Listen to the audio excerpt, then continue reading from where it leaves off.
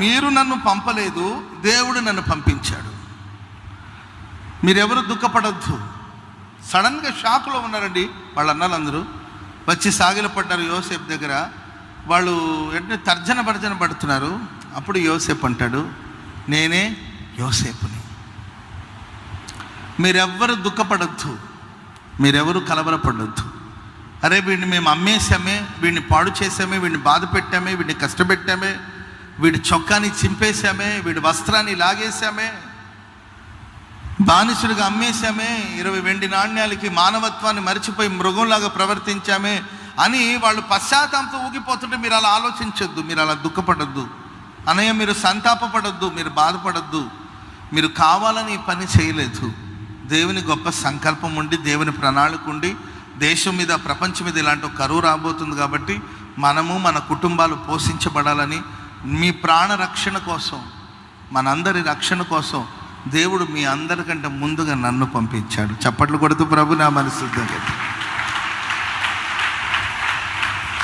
ఇంత ద్రోహం చేసి ఇంత కీడు చేసిన మనుషులు ఎదురు పడితే మనకి ఎలా ఉంటుంది చెప్పండి? మనల్ని కష్టపెట్టి, మనల్ని బాధ పెట్టి, మనల్ని ఇబ్బంది పెట్టి, మనల్ని చిత్రహింసలు పెట్టి, మనల్ని, మన కుటుంబాన్ని, మన బిడ్డల్ని రోడ్ల పాలు చేసి అవమానపరిచిన మనిషి సడన్గా మనం ఒక మంచి స్థాయికి వచ్చినప్పుడు, వాడు మన ఎదురుగా నిలబడినప్పుడు మనం ఎలా ఆలోచిస్తాం? ఇంత కీడు చేసేవరా దుర్మార్గుడా, నీవు చూసావరా దేవుడు నన్ను ఎలా ఉంచాడు, నిన్నెలా ఉంచాడని ఇలా స్పందించాడండి. ఉన్నతమైన ఆలోచన గలవాడండి యోసేపు. ఉన్నతముగా ఆలోచిస్తాడు. నేను ఒకసారి ఎక్కడో ప్రార్థనకి వెళ్ళానండి. మంచం మీద ఒక ఆయన చాలాసేపు మూలుగుతున్నాడు. మేము ప్రార్థన జరుగుతుంది, ఆ పక్కన ఒక ఆయన పక్షవాతం వచ్చేసి మూలుగుతున్నాడు. నేను ఇక్కడ వాక్యం చెప్తుంటే ఆ మూలుగు వినబడుతుంది. జనాలకి నేను మూలుగుతున్నాను, ఆయన మూలుగుతున్నాడు, అర్థం కావట్లా. అదోలాగా మూలుగులు వినబడుతుంది. నాకు చెడ్డ చిరాకు వస్తుంది. ఎవరయ్యా ఆయన అంటే ఎవ్వరు పట్టించుకోవట్లేదండి. కనీసం అతని గ్లాసు నీళ్ళు ఇచ్చేవాళ్ళు లేరు. ఎందుకు బాధపడుతున్నాను అడిగేవాళ్ళు కూడా లేరు. నాకు అనిపించింది, ఏ మనుషులయ్యా వీళ్ళు, మనుషులు ఇలా ఉన్నారు. కనీసం అతను అలా బాధపడుతుంటే కనీసం ఎవరు పట్టించుకున్న కూడా లేరు కదా. నేను బ్రదరే ఆయన ఎవరో మూలుగుతున్నాడు చూడండి, ఆయన ఏదైనా కావాలేమో అడుగుండరా బాబు అని చెప్పి అంటుంటే పాపం గడగడగడలాడిపోతున్నాడు. భయంకరమైన ఫీవర్ ఉన్నట్టుంది, జ్వరం ఉన్నట్టుంది. ఆ మంచాన పడి కాళ్ళు చేతులు కూడా పనిచేస్తున్నట్లేదండి. మంచినీళ్ళు ఏదో అవసరం అనుకుంటాను, కేకలు పెడుతున్నాడు, ఎవరు పట్టించుకోవట్లే. ఆ తర్వాత ప్రార్థన అయిన తర్వాత నేను ఆ కుటుంబస్తులు నన్ను పిలిచి, అక్కడే రోడ్డు మీదే పిలిచి నేను అడిగాను, ఏమ్మా ఆయన చాలాసేపు నుండి బాధపడుతున్నాడు, ఏం మనిషివమ్మా, పట్టించుకునేది లేదా అని చెప్పంటే మనింది, ఈయనకి ఇదే ఎక్కువ.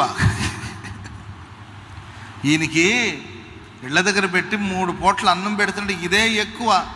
మళ్ళీ సకల మర్యాద ఎక్కడ చేస్తామంటే అదేంటో అలా అంటారు, భర్తను పట్టుకుని అలా మాట్లాడొచ్చా అని అంటే మనింది, మాట్లాడొచ్చే తప్పేమీ లేదు.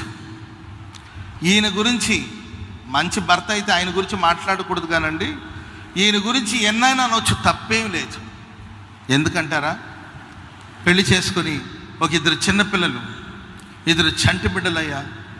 ఒకడికి 3 సంవత్సరాలు ఉంటుంది, ఇంకొక చిన్న పాప, పసిపాప, పాలు తాగే పసిపాప. నన్ను నా పిల్లల్ని రోడ్డు మీద వదిలేసి, వయసు ఉందని, బలం ఉందని నన్ను నా పిల్లల్ని బజారు పాలు చేసేసి వెళ్ళిపోయాడు.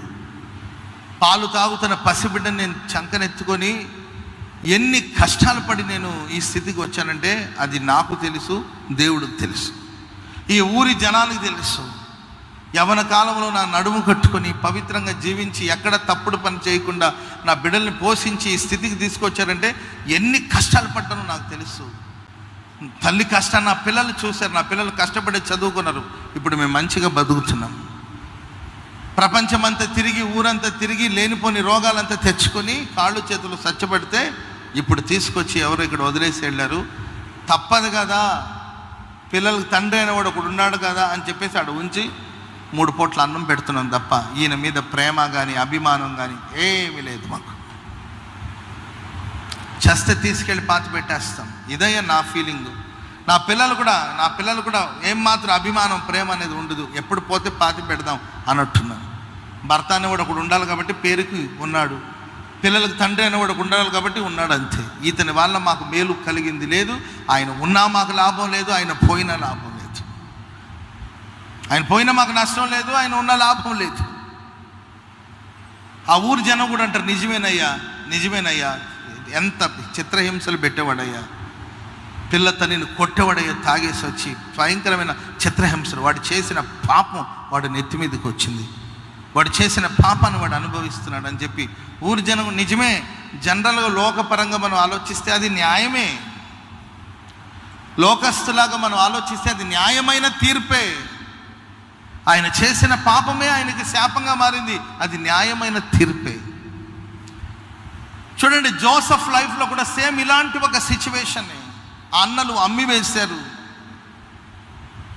ఆడు బతికుండగానే చనిపోయాడని చెప్పే వార్తని ప్రచురం చేశారు.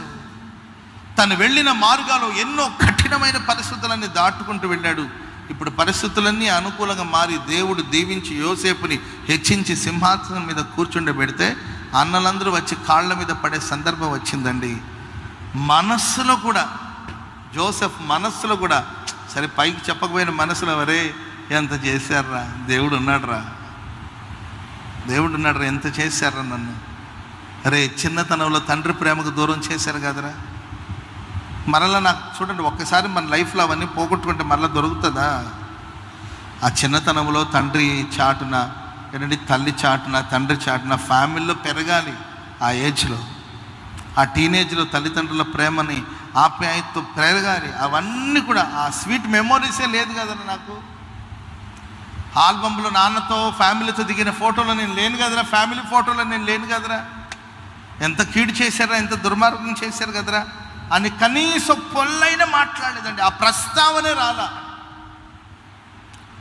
సరే వాళ్ళు ఒకవేళ ఫీల్ అవుతున్నారేమని అంటాడు, అన్నారా మీరు ఎందుకు ఏడుస్తారు, దుఃఖపడ్డదే రూబేను ఏడవద్దురా, పెద్దోడు ఏడుస్తే ఏం బాగుంటుందిరా, రూబేనన్న ఏడవద్దు, యూదన్న ఏడవద్దన్నా, ఎందుకు ఏడుస్తారు మీరు అంటే వాళ్ళు బోరు ఏడుస్తున్నారు, భయపడుతున్నారు, ఇటు చంపేస్తాడేమో మనల్ని అని చెప్పి కంగారు పడుతుంది. ఎందుకు అలా అంటారు? ఇది మీరు అనుకొని చేసింది కాదు, ఇది నన్ను దేవుడు ఈ స్థితికి తీసుకురావడానికి మిమ్మల్ని ఒక పాత్రగా ప్రభు వాడుకున్నాడు. చప్పట్లు కొడతాం అందరు గట్టిగా హల్లెలూయా. అదేనండి క్రీస్తు ప్రేమ, అదే దైవత్వం అంటే. కేవలం నేను విశ్వాసి అంటే సరిపోలేదు, పరిశుద్ధాత్మ వచ్చిందని చప్పట్లు కొట్టుకుని ఎగరితే సరిపోలేదండి. ఏది ఫలించే అనుభవం, ఏది ఆత్మఫలం, ఏది ఆత్మఫలం ఏమనగా ప్రేమ, సంతోషం, సమాధానం అన్నారు కదా, ఏది ప్రేమ ఏదండి? దేవుడు నిన్ను స్థిరపరిచాడు, దేవుడు నిన్ను ఘనపరిచాడు, నిన్ను గొప్ప చేశాడు. ప్రియులారా, ఇది కాదండి అభివృద్ధి అనేది. నీవు ఒక మంచి స్థాయిలో ఉన్నప్పుడు, ఎదుటి మనిషి నీకు కీడు చేసి, నిన్ను మోసం చేసి, నిన్ను బాధించినవాడు నీ కళ్ళ ఎదుట నిలబడినప్పుడు నీవెలా స్పందిస్తావు, నీవెలా ప్రవర్తిస్తావు, అది చాలా ముఖ్యం. పేతురు యేసయ్య ఆయన ఎవరో నాకు తెలియదని 3 సార్లు అబద్ధం చెప్పాడు. ఆయన ఎవరో నాకు తెలియదని కళ్ళ ముందే అబద్ధం చెప్పాడు. చాలా కాలం గడిచిందండి. చాలా గడిచిన తర్వాత యేసయ్య పునరుద్ధానుడై లేచాడు. పునరుద్ధానుడై లేచిన తర్వాత ఈ న్యూస్ వెళ్ళి శిష్యులకి పేతురుకు చెప్పమని దేవుడు కబురు పంపించాడు. కబురు తెలిసింది. పేతురు కూడా పరిగెత్తుకుంటూ వచ్చాడు. ఒక గదిలో వాళ్ళందరూ కూర్చొని ఉన్నారండి. ప్రభు ప్రత్యక్షమయ్యాడండి వారి మధ్యలో. మీకు సమాధానం కలుగునుగా అన్నాడు. పేతురు అక్కడే ఉన్నాడు. అప్పుడు పేతురు, బాలేవాడు రా బాబు, నీవు నా కోసం ప్రాణాలు కూడా పెడతానన్నావు కదరా, భలే మనిషివరా, అసలు అట్టట్ట చెప్పావు పేతురు అబద్ధాలు. నేను అప్పుడంతా సైనికుల మధ్యలో బిజీగా ఉన్నాను, వాళ్ళు నన్ను కొడుతున్నారు కాబట్టి నేను పెద్దగా పట్టించుకోలేదు, కానీ అట్టట్ట మాట్లాడమని కనీసం అన్నాడంటే దేవుడు. అసలు ఆ ప్రస్తావన రాలేదంతే. నన్ను విడిచిపెట్టి పారిపోయారు, నన్ను బాధ పెట్టారు, నన్ను కష్టపెట్టారు, నన్ను ఒంటరి వాడిని చేశారు, నేను బాగున్నప్పుడు నా చుట్టూ తిరిగారు, నేను తిండి పెట్టినప్పుడు బాగా తిన్నారు, నేను పంచి ఇచ్చినప్పుడు బాగానే ఉన్నారు, నా వల్ల మేలు పొందినప్పుడు నన్ను పొగిడారు, నువ్వు దేవుని కుమారుడు అని చెప్పారు, కానీ నేను కష్టాల్లో ఉన్నప్పుడు, ఒంటరిగా ఉన్నప్పుడు ఒక్కడు లేకుండా పోయారా, ఇదేనా మీరు నేర్చుకుని అన్నాడండి ప్రభు. అసలు ఆ ప్రస్తావన తీరదండి. అదండి గొప్పతనం అంటే, అది దైవత్వం అంటే. ఎక్కడో జరిగిన ఒక కీడుని మనసులో పెట్టుకొని సాధిస్తూ ఉంటారండి లైఫ్ లాంగ్ కొంతమంది. స్తోత్రం చెప్పండి అందరు గట్టిగా.